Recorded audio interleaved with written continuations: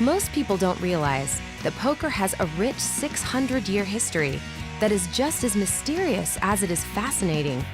The game we play today is a modern creation that has evolved from games played all over the world since the 15th century. The 15th century game of POKER, also called Pochen, is the great-grandfather of modern-day poker. The word POKER is a German verb meaning a hit or strike on a table, likely in reference to the action made before a play or bet was made. This is a 5-card game that resembles modern poker in that it shares similar betting and bluffing techniques. During the 16th century, the French created their own version of Pochen, a 6-player game called Poke. Face cards originated in France and were used in the 32-card Poke deck, which in turn influenced the modern-day game of poker. During the 17th century, Oz-Noz became the favorite form of the game we play today. Some historians believe the Persians created Oz-Noz, and sailors from Persia taught French seamen how to play. Others believe Oz-Noz originated in France or nearby, since Oz is the French word for ace. Poke came to the former French colony of New Orleans around 1803, where another game called Bouillotte was popular. Bouillotte was invented during the French Revolution and was played by 4 people with a deck of 20 cards. A hybrid game of Bouillotte and Poke called Brog emerged around 1829 and is mentioned in books from the 1830s and 1840s as poker. Brog was played with 20 unsuited cards: aces, kings, queens, jacks, and tens. Each player was dealt 3 cards, but there was only 1 round of betting and no draw. Brog quickly spread north by riverboats, east by trains, and west by wagons.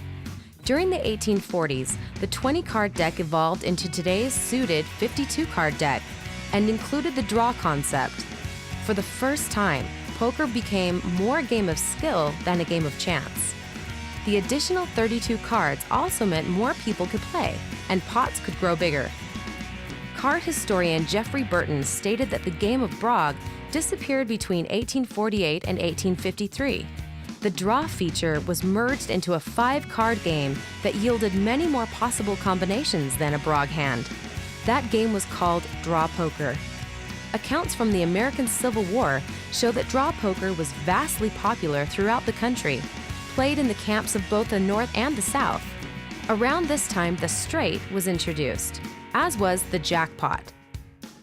The first game of Texas Hold'em was played in Robstown, Texas, in the early 1900s and began to spread throughout the state. Hold'em was the preferred game of Texas gamblers known as rounders, since they made their rounds from city to city, earning a living playing cards. The 1998 film Rounders, starring Matt Damon and Edward Norton, dramatized the lives of these professional card players. The rise of legal casinos in Nevada in the 1950s gave the rounders a legitimate location to play the game and practice their trade. While rounders generally played in Nevada, they could not play in actual casinos because poker wasn't an accepted casino table game in those days. It was too difficult to keep cheaters out.